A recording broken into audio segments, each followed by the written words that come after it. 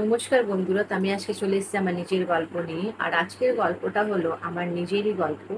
মানে যখন আমি খুব ছোট, 12-13 বছর বয়সে, তখন না খুব খুব বেশি, মানে বলতে গেলে আমাদের পাড়াতে না, আমার মনে হয় সব জায়গায় এটা হচ্ছিল। সেটা হলো গুলি খেলা, মানে কাচের যে ছোট ছোট গুলিগুলো ছিল না, সেটা দিয়ে দেখতাম সব মেয়ে ছেলেরা খেলতো, মেয়েরাও খেলতো একসাথে।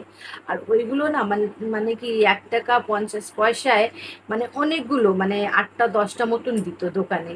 তা আমি না অনেকগুলো আমি কিনেছিলাম, মানে আমার খুব ইচ্ছা খেলার, কিন্তু আমাকে কেউ খেলাতে নিত না। তার রিজনটা আমি বন্ধুরা কিছুই পারতাম না। মানে একটা খুব, মানে একটা ঘর বানানো হতো, সেই ঘর মানে এইতে মানে ইট দিয়ে লিখে মানে ঘরটা বানাতো, পাথরের জায়গা যদি থাকতো, আর যদি মাটির জায়গা থাকতো তাহলে ওই মানে সাইড দিয়ে চার মানে ঘর বানানো হতো। সেই ঘরের মধ্যে দুটো মানে বড় বড় গর্ত করতো, সেই গর্ত মধ্যে নাকি গুলিগুলো ফেললে ওর মধ্যে যদি গেলে তাহলে মানে মনে হয় জিতে যায়। এখনো মানে সেটা আমি ঠিক মতন জানি না বলতে গেলে। আমার খুব ইচ্ছা সেটা খেলার, যে আমিও খেলবো, সবাইকে বলতাম, কিন্তু কেউ আমাকে খেলাতে নিত না। তার রিজনটা, আমাকে যদি একবার দুবার নিত আমি আর খেলতেই পারতাম না। তখন আমাকে বলছে সাইড দে, তোকে আর খেলতে হবে না, তুই কিচ্ছুই পারিস না, তুই পড়াশোনা কর। এবার আমাকে খেলতে দিত না, কিন্তু হ্যাঁ আমি দাঁড়িয়ে দাঁড়িয়ে না সব দেখতাম। মানে অনেক কেউ পাড়ার সবাই মিলে খেলতো তো, আর আমার থেকে সব বড়ই ছিল যারা খেলতো। মানে কারো বয়স হয়তো 15 18 20 25, মানে এরকম বয়স। এক একজন বন্ধুরা এত বড়, তারা মানে কি, মানে আমাদের যেখানে আমি থাকি সেখানে হলো মিল আছে, জুট মিল। সেই মিল থেকে মানে আসতো, যখন ছুটি হতো তখন যখন ও আসতো, এসে খাওয়া দাওয়া করে ওরা খেলতো। আর বিকালবেলার সময় যদি ডিউটি থেকে আসতো তখনও খেলতো, মানে কাজ থেকে আসলে খেলতো, মানে এত বড় বড় ছেলে মেয়েরাও খেলতো। মানে মেয়েদের বলতে গেলে এক একটা মেয়ে তো এমন ছিল যারা কলেজে পড়তো তারাও খেলতো। মানে এটা খেলাটা মজাই একটা আলাদা। সে কলেজে পড়ছে কি স্কুলে পড়ছে কি মানে কাজ করছে, কোনো ব্যাপার নেই। মানে এটা একটা আলাদাই আনন্দ, আমি এটাই বলতে পারবো।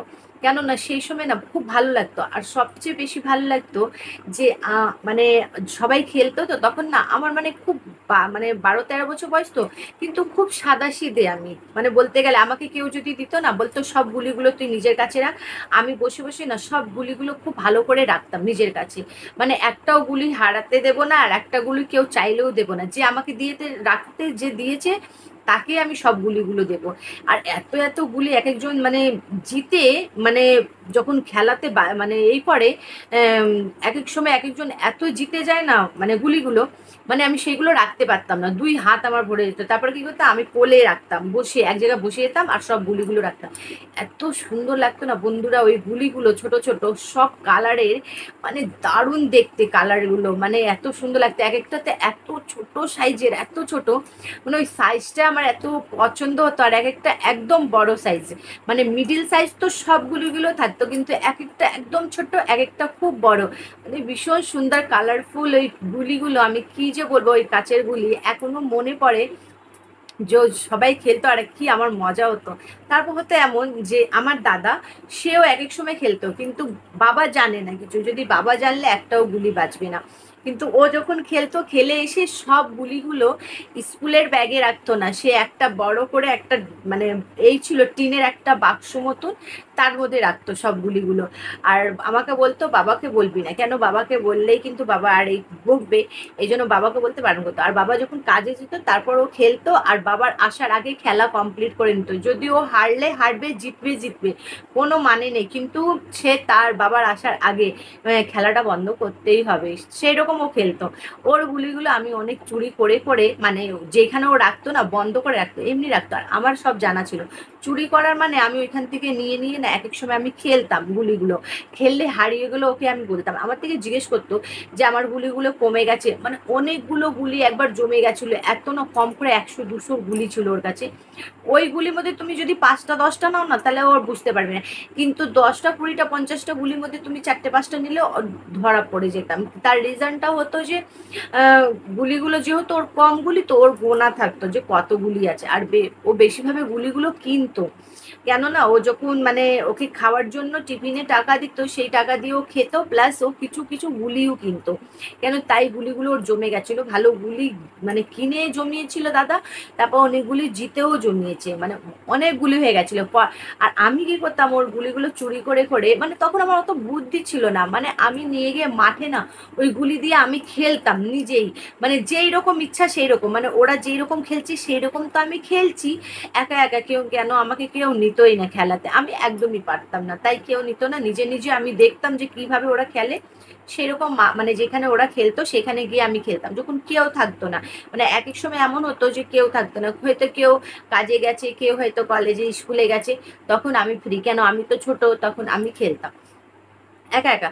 এবার খেলতাম, এক এক সময় মনে ইচ্ছা হলো খেলতাম, এক এক সময় কি করতাম না, মানে আমাদের যেখানে ওরা খেলা হতো সেখানে পাশে একদম পুকুর, তা এক এক সময় ইচ্ছা হতো পুকুরে আমি না ইট ফেলতাম, আর ইট ফেলার সময় এক এক সময় ইটগুলো না ফেলে এক এক সময় আমি গুলি ফেলে দিতাম, কিন্তু যেইগুলি যে আমি পুকুরে ফেলেছি ওইগুলো কোনোদিন আমি পাইনি। আর অনেকগুলো গুলি ফেলেছি, মানে আমি তখন বুদ্ধি ছিল না। পরে একদিনকে আমাকে দাদা বলছে গুলিগুলো কমছে কেন, গুলি আমার তুই নিস, আমি যে নামিনি না, আমি তো মিথ্যা কথা বলবি না। কিন্তু একটা ছেলে বলতে গেলে আমার থেকে ছোট বয়সে, সে আমাকে গুলি ফেলতে দেখে নিয়েছিল পুকুরে। তখন বলছি তুই, সবাই তো পুকুরে ইট ফেলে, যে একটা হয় না বন্ধুরা, ইট ফেলার রিজনটা কি ছিল, মানে ইটগুলো দেখবা না এক জায়গা ফেললে ওইটা ছিটকিয়ে আবার এক জায়গা যায়, আবার এক জায়গা যায়, একটা ইট যদি ফেলো 3-4 বার করে এই করে যায়। কিন্তু না, আমি ওই ভেবে না ইট ফেলতে ফেলতে ইট দিয়ে আর হচ্ছে না, তখন আমি ওই গুলি দিয়ে করতাম, ফেলতাম, কিন্তু গুলিটা এক জায়গায় টপ করে পড়ে যেত, আর ওই ছিটকাবে কিছুই হতো না। সে একদিনকে একটা ছেলে দেখে নিল যে আমি গুলি ফেলছি, ও আমার দাদাকে বলে দিয়েছে যে গুলি নিয়ে ওই পুকুরে ফেলে, মানে এমন ভাবে বলেছে, দাদা আমাকে খুব বকেছে। তার রিজনটা ওর বলার মানে যে তোমার গুলিগুলো সব নিয়ে নিয়ে ও পুকুরে ফেলছে, কিন্তু আমি সবগুলো ফেলিনি, আমি শুধু একটা দুটো নিয়ে শুধু মানে দেখছিলাম যে ওই যে ছিটকিয়ে যাচ্ছে কিনা 2-3 বার করে পুকুরে, কিন্তু ওইটা যেতই না, একবারে এক জায়গায় পড়ে যেত, ব্যাস, আর কিছুই হতো না। তাই বন্ধুরা, এই ছোট্টবেলার মানে এক একটা গল্প আমার ভীষণ মনে পড়ে, আর ভালো লাগে যে কি গুলির একটা মজাই আলাদা। তোমরা নাকি কোনো সময় গুলি দিয়ে খেলেছো? আমার মনে হয় সবাই খেলেছি। আগেকার আমরা মানে আগেকার বলতে গেলে আমরা 20-25 বছর আগের মানুষরা সবাই মনে হয় একটু না একটু কম বেশি গুলি তো খেলেছি। আর কেমন লাগে খেলতে প্লিজ কমেন্ট করে জানাবে, আর আমার এই ছোট্ট গল্পটা আপনাদের কেমন লেগেছে প্লিজ জানাবে।